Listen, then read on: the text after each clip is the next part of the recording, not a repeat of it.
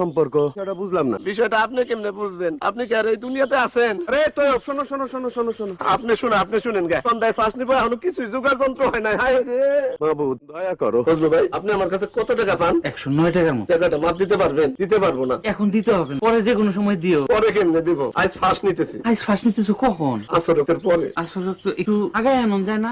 আমি তো আসর রক্তে থাকতে পারবো না, আমার একটু কাজ আছে। আরে কারে কি বলি, আপনি যাইতে হবে না। টাটা। এত রাগ করলো কেন? একটা মানুষের কাজ থাকতে পারে না?